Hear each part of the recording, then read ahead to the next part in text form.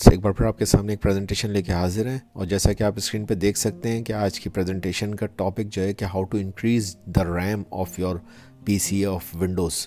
ठीक है जी, modern era के अंदर इस वक्त विंडोज़ 11 जो है इस वक्त ज़्यादातर पीसीज़ के अंदर। तो मैं आज आपको विंडोज़ 11 का जो लेटेस्ट वर्जन है जो कि इस वक्त अक्टूबर 2025 के अंदर जारी है, उसके हवाले से मैं आपको बताऊंगा कि इसमें किस तरीके से आप रैम को इंस्टॉल कर सकते हैं बिना किसी पैसे खर्च किए या बिना मज़ीद रैम लगवाए। आप किस तरीके से रैम को इंक्रीज़ कर सकते हैं, इंस्टॉल कर सकते हैं।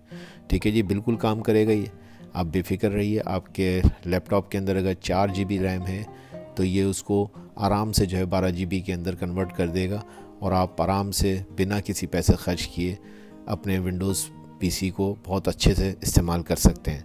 चलें देखते हैं। ये सर्च का आपको आइकॉन हर जगह नज़र आ जाता है, इसके अंदर आप लिखिए अबाउट पीसी। ये देखिए जनाब, अबाउट पीसी लिखा तो ये अबाउट पीसी खुल जाएगा। अबाउट पीसी के अंदर आप जाइए और इधर से आप आइए ये एडवांस सिस्टम में। ठीक है जी, एडवांस सिस्टम सेटिंग को खोलिए। यहाँ पे आपको ये नज़र आ जाएगा परफॉर्मेंस के अंदर सेटिंग, ये हिस्सा, ये सेटिंग, इसको आप क्लिक कीजिए। यहाँ पे आप फिर से दोबारा एडवांस में जाइए यहाँ से, और उसके बाद यहाँ पे आपको नज़र आ जाएगा वर्चुअल मेमोरी। ठीक है जी, वर्चुअल मेमोरी मैंने ऑलरेडी इंक्रीज़ कर रखी है इसलिए आपको यहाँ पे नज़र आ रही है। चेंज का बटन दबाइए तो आपके पास कुछ इस तरीके से खुलेगा। ये जो आप देख रहे हैं इस वक्त इस तरीके से आपके पास खुलेगा। आप इसको अनचेक कर दिए, ऑटोमेटिकली को अनचेक कर दिए। अब ऑटोमेटिकली को अनचेक करेंगे तो यहाँ पे कस्टम साइज़ को आप चेक करेंगे और कस्टम साइज़ के अंदर इनिशियल और मैक्सिमम मेमोरी, ये है असल चीज़, इसको समझ लीजिए। अगर आपने इसको नहीं समझा तो आपका गलत हो जाएगा, ये काम नहीं करेगा। प्लीज़ इस चीज़ को समझ लीजिएगा।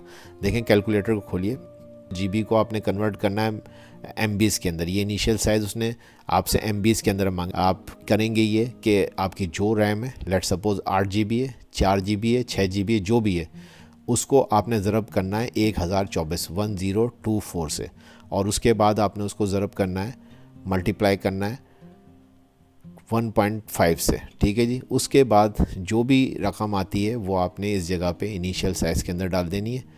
उसके बाद मैक्सिमम साइज़ पे जाना है। मैक्सिमम साइज़ के अंदर आपने फिर वही प्रोसीजर अपनाना है, यानी कि अगर आपकी 4 GB है तो 4 GB, और अगर आपकी 8 GB रैम कंप्यूटर के अंदर इंस्टॉल है तो 8 GB या जो भी है। ठीक है जी, उसको ज़रब करेंगे फिर उसके MBs में लाने के लिए 1024 से। ठीक है जी, 1024 किया, उसके बाद फिर उसको ज़रब कर देंगे, अब की दफ़ा 3 से करेंगे। ठीक है जी, तो ये 3 से करने के बाद आ रहा है 24,576। तो मैंने ये देखिए यहाँ पे भी 24,576 लिखा हुआ है, ये 24,576 आपको नज़र आ रहा है।